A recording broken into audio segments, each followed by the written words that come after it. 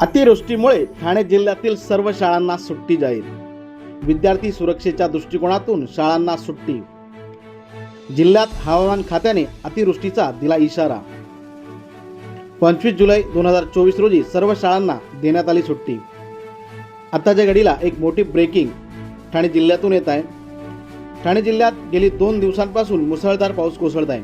हवामान खात्याने दिलेल्या अंदाजानुसार अतिवृष्टी होत असल्याने विद्यार्थ्यांच्या सुरक्षेच्या दृष्टिकोनातून ठाणे जिल्ह्यातील सर्व शाळांना सुट्टी जाहीर करण्यात आली. विद्यार्थ्यांच्या सुरक्षेच्या दृष्टिकोनातून प्रशासनाने निर्णय घेतला असून आज सर्व शाळांना सुट्टी देण्यात आली.